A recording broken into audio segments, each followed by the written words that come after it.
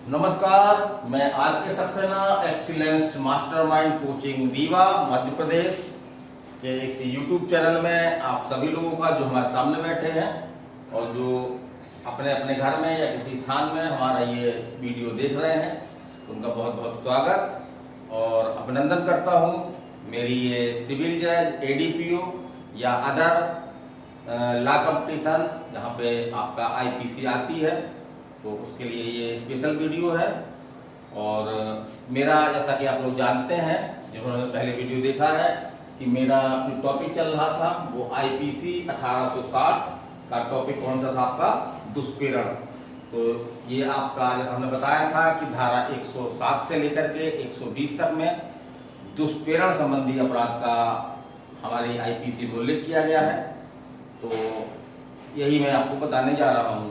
तो अभी तक मैं आपके दो वीडियो में मैंने आपको धारा 107 से लेकर के 116 तक बताया था, और इस भाग 3 में मैं आपको धारा 17 से लेकर के 120 तक में बता रहा हूँ। तो यहाँ पे कुछ ऐसे स्पेशल पॉइंट हैं जहाँ से क्वेश्चन बनते हैं, और जनरली हम क्या करते हैं कि इन चीज़ों को हम ध्यान नहीं देते हैं। तो क्वेश्चन जब आता है तो हमसे क्वेश्चन नहीं बनता है और हमारा नुकसान होता है।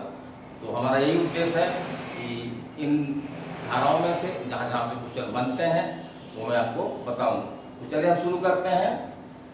आज हम ले रहे हैं क्लास, हमारी कौन सी है, ये 23वीं क्लास है सीपीसी आईपीसी की। चलिए हम पहले ले रहे हैं आपका धारा 117। तो इसमें क्या कहा गया है कि लोक साधारण द्वारा या 10 से अधिक व्यक्तियों द्वारा अपराध किए जाने का दुष्प्रेरण। तो इसमें जो दुष्प्रेरक होता है वो लोक साधारण को या 10 से अधिक व्यक्तियों के समूह को या वर्ग को जो क्या करता है, किसी अपराध करने के लिए दुष्प्रेरित करता है। तो एक खास तरह का है, ये संख्या यहाँ पे दी गई है। और हम यहाँ पे जो हमारा उद्देश्य है कि हम देखें कि यहाँ क्वेश्चन कहाँ से किस तरह से बनते हैं। तो इससे पहला क्वेश्चन तो आपका ये बनता है कि सामूहिक दुष्प्रेरण के बारे में प्रावधान जो है वो हमारी आईपीसी की किस धारा में है। तो आईपीसी की धारा 117 में है। आईपीसी धारा जो है वो 17 में है, माने हम साथ साथ हैं। हम साथ साथ हैं मतलब कि ज्यादा लोग हैं, एक संख्या है, तो इससे आप इसकी कोडिंग बना लें। साथ साथ तो 17 है ना, हम साथ साथ हैं 117। और किस धारा में है, तो 117 में। तो जैसा हमने बताया था कि अभी तक जो है वो हम जो दुष्प्रेरक होता है, किसी एक व्यक्ति को या किसी समूह को जो है वो अपराध करने के लिए क्या करता है, दुष्प्रेरित करता है। और दुष्प्रेरण कितने तरह से बताया था हमने, कितने से हो सकता है दुष्प्रेरण, 3 तरह से। उकसाने द्वारा, षड्यंत्र में शामिल होकर के, या तीसरा शासन, माने जानबूझ करके जो है वो इरादतन जो है वो सहायता देना है ताकि अपराध किया जा सके, है ना। चलिए, तो एक क्वेश्चन आप यही बनता है कि सामूहिक दुष्प्रेरण का प्रावधान किस धारा में है, तो धारा 17 में है। और दूसरा क्वेश्चन बनता है आपका कि 17 को लागू करने के लिए जो व्यक्तियों की संख्या दी गई है वो कितनी है ना। तो व्यक्तियों की संख्या कितनी है आपकी, 10 से अधिक। तो यहाँ ध्यान दीजिएगा, 10 नहीं है ये, 10 से अधिक। 10 से अधिक कुछ भी हो सकती है, 11 हो सकती है, 12 हो सकती है, 15 हो सकती है, 100 हो सकती है, 1000 हो सकती है। कोई अधिकतम संख्या जो है वो निश्चित नहीं की गई है। न्यूनतम संख्या निश्चित है, कितनी, कम से कम 10 व्यक्ति से अधिक व्यक्ति हो जिनको दुष्प्रेरित किया गया हो, तब ये मामला आपका धारा 17 में आएगा। अब हम बात करते हैं कि दंड कितना होगा। तो दंड इसका जो बताया गया है वो 3 वर्ष तक का कारावास।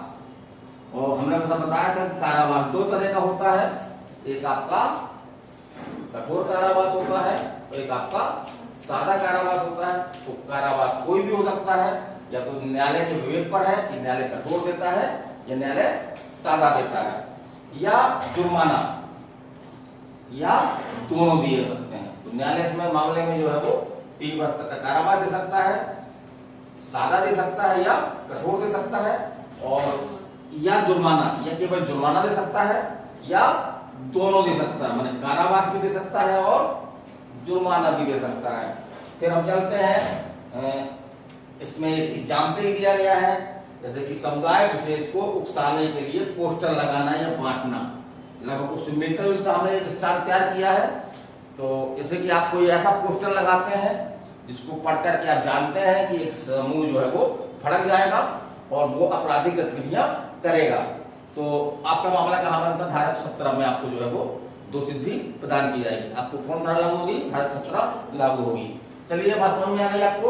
ये 10 व्यक्तियों वाला इसमें से क्वेश्चन आपके एग्जाम में आ चुका है।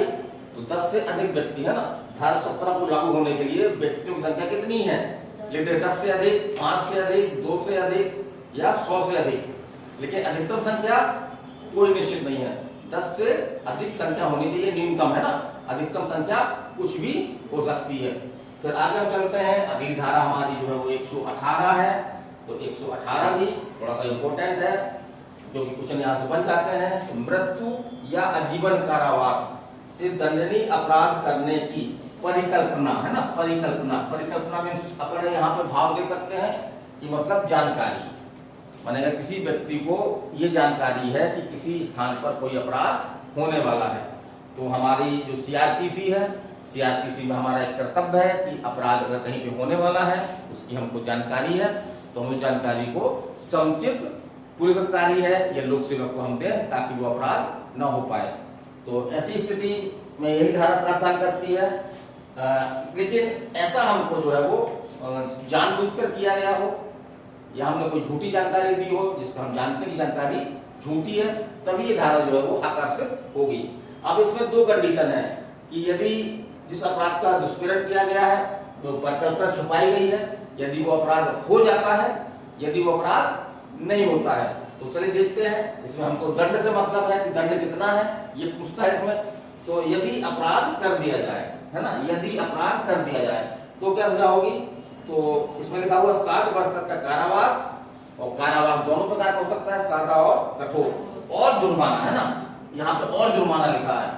तो यहाँ पे आपको ध्यान देना है, जहाँ पे या लिखा है मतलब या तो ये दे सकते हैं या ये दे सकते हैं, लेकिन जहाँ पे और लिखा है वहां पे दोनों दिया जाना एक प्रकार से आवश्यक है। और न्यायालय देते भी है, भले थोड़ा सा जुर्माना कम रख दें। और जुर्माने के बारे में अधिकतम कितना जुर्माना हो सकता है इसके संबंध में हमने पढ़ा भी है और आगे भी हम आपको बताएंगे। फिर दूसरा देखते हैं, यदि अपराध न किया जाए, यदि अपराध नहीं किया जाता है तो कारावास जो है वो कितना होगा? 3 वर्ष का, है ना। तो ये याद रखना आपको, यदि अपराध कर दिया जाए तो कारावास कितना होगा? 7 वर्ष का। यदि अपराध नहीं किया जाता, हमने परिकल्पना छुपाई अपराध किए जाने की, लेकिन इत्तेफाक से वो अपराध नहीं होता है ना, किसी भी और बहुत सारी वजह हो सकती है। तो सजा हमारी क्या होगी? 3 वर्ष तक का कारावास, ये दोनों तरह का हो सकता है, और जुर्माना, और जुर्माना। तो यहाँ ध्यान दीजिए, यहाँ पे और लिखा हुआ है, अगर यहाँ पे या कर दिया जाएगा तो ये गलत हो जाएगा। तो कभी कभी एग्जाम में हमने देखा है कि लिख दे 3 वर्ष तक कारावास या जुर्माना, तो ये गलत हो जाएगा। एक में लिख दे और जुर्माना, तो अब आप डाउट में जाएंगे तो दोनों में से क्या छांटे। तो हमको पहले से क्या करना है कि ध्यान देना है कि या लिखा हुआ है या और लिखा हुआ है, या लिखा हुआ है या और लिखा हुआ है। चलिए, इसमें एक बहुत खूबसूरत दृष्टांत दिया गया है, ये दृष्टांत एग्जाम में आया है। तो इसमें जो है वो एक व्यक्ति है, उसको इस बात की जानकारी है कि एक स्थान पे डकैती पड़ने वाली है ना, भविष्य में ये कल जो है वो एक स्थान पे डकैती पड़ने वाली है। वो क्या करता है कि मजिस्ट्रेट को जो है वो गलत सूचना देता है, जानते बूझते हुए कि डकैती जो है दूसरे स्थान में पड़ने वाली है और वो स्थान उससे दूर है। तो क्या होगा? मजिस्ट्रेट जो है वो भाई डकैती को रोकने के लिए प्रयास करेगा, लेकिन कहाँ प्रयास करेगा? वो उस स्थान में प्रयास करेगा, जबकि डकैती कहाँ पड़ रही है? इस स्थान में पड़ रही है, और डकैती पड़ जाती है, और डकैती जो है वो पड़ जाती है। तो जो है वो धारा 119, हाँ, धारा 118 के अंतर्गत जो है वो जिसने इस तरह की परिकल्पना छुपाई या मजिस्ट्रेट को जो है गलत जानकारी दी, वो कौन किस धारा पर करनी होगा? धारा 118 के अंतर्गत। तो ये दृष्टांत दिया गया, इसको आप देख लीजिएगा, है ना। दृष्टांत हमने पूरा दृष्टांत नहीं लिखा है, लगभग उसका सार हमने जो है वो लिख दिया। तो आपका धारा 118 का दृष्टांत, एक ही दृष्टांत दिया गया, उसको आप देख लीजिए, दृष्टांत एग्जाम में आया है ये। फिर हम चलते हैं अगली धारा, आपकी धारा 119। कौन सी धारा है? 119। तो किसी ऐसे अपराध के किए जाने की परिकल्पना का लोक सेवक द्वारा, यहाँ पे एक साधारण व्यक्ति द्वारा दुष्कर्म किया जा रहा था, परिकल्पना को छुपाया जा रहा था, यहाँ पे एक जो है वो जो परिकल्पना को छुपा रहा है, गलत जानकारी दे रहा है, वो स्वयं क्या है, लोक सेवक है।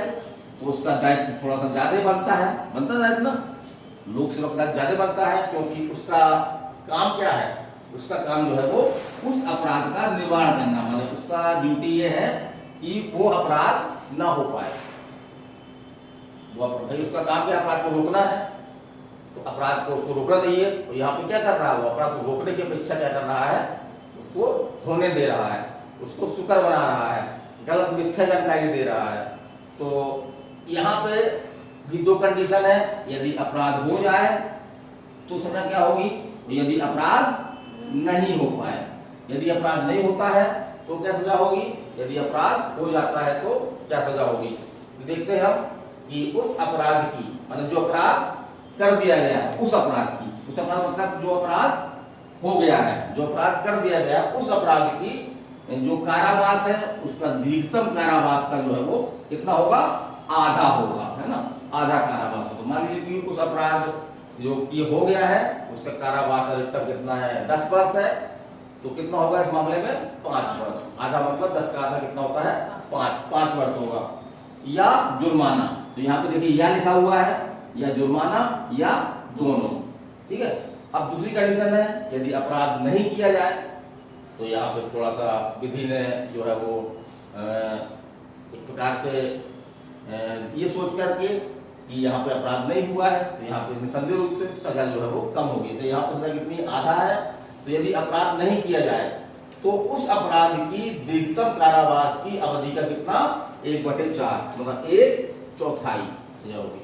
सजा में अंतर आ गया ना, अपराध हो जाए बड़ी बात है, अपराध ठीक है छुपाया उसने, लेकिन अपराध नहीं हुआ, मतलब ज्यादा क्षति हमको क्षति नहीं हुई, तो इसे सजा क्या कर दी, यहाँ पे कम कर दी है। तो यहाँ पे कितने की, आधी की, यहाँ पे कितना की, 1/4 की। या इसको ध्यान दीजिएगा, या जुर्माना या दोनों दे सकता है मुझे से, है ना।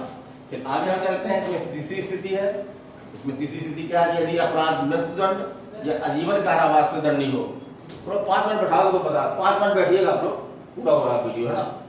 यदि अपराध मृत्युदंड या आजीवन कारावास दंडनीय है, माने यदि अपराध, ये तो दूसरे अपराध है, जो मृत्युदंड या आजीवन कारावास दंडनीय नहीं है, उन मामलों में ये लागू होगी।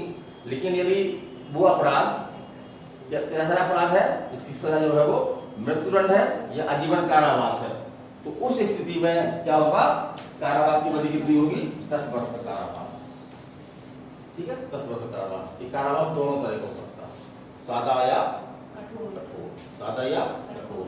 फिर हम आगे चलते हैं, तो आगे आपकी जो है धारा 20 है, 120 है ना।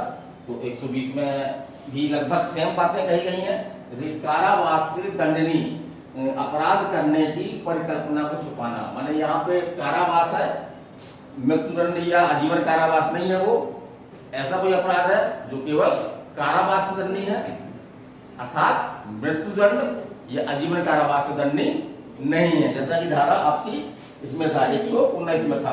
तो इसमें क्या होगा, यदि अपराध कर दिया जाए तो क्या होगा, सजा क्या होगी, उस अपराध के कारावास की दीर्घतम अवधि का कितना, 1/4। जैसे अगर 10 साल का कारावास है उसमें, तो 1/4 कितना होगा, 2.5 साल।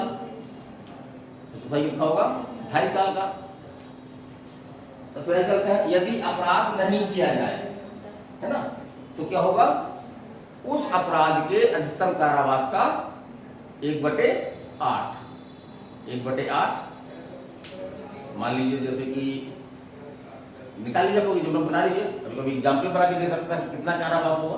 तो 1/8 याद रखना आप, 1/8 उसमें 1/4। और कारावास दोनों तरह का हो सकता है, और जुर्माने से, है ना, जुर्माने से जो है वो जो उस अपराध के लिए निर्धारित है।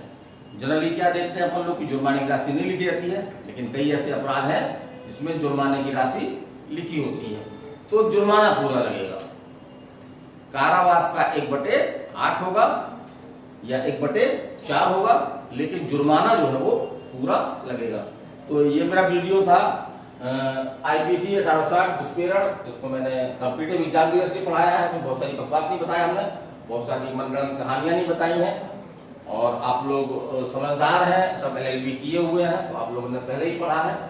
तो आप लोगों को ज़्यादा भी टूटना समझते हो, हमने बहुत ज़्यादा समझाने की कोशिश नहीं की है, केवल एक सरल भाषा में कि आम व्यक्ति, कई लोग क्या करते हैं जैसे आम व्यक्ति समझा रहे हैं, तो हम आम व्यक्ति नहीं है, हम लोग सब लोग जो है लाभ किए हुए हैं। तो अगर हमको एक सही ढंग से समझाया जाए तो हम समझ सकते हैं, या बहुत गंदे तरीके से समझाया जाए, बहुत बच्चा मान के समझाया जाए तो हमको गुस्सा भी लगती है ना, लगता है ना, कोई हमको बहुत ज़्यादा समझाए तो बस समझाओ मत हमको इस तरह से, है ना, तो ऐसी बात होती है। तो हमारा ये उद्देश्य ही है कि कंपटीशन की दृष्टि से ही हमने पढ़ाया है। तो आपको कैसा लगा बताएं, गर्मी बहुत है ना, लाइट जो है वो गोल है, इन्वर्टर की लाइट का जो है आवाज़ कर रहा है, तो वीडियो में आवाज़ आ सकती है। तो चलिए अगले वीडियो में फिर मिलेंगे। आपके Saxena master drawing coaching Viva.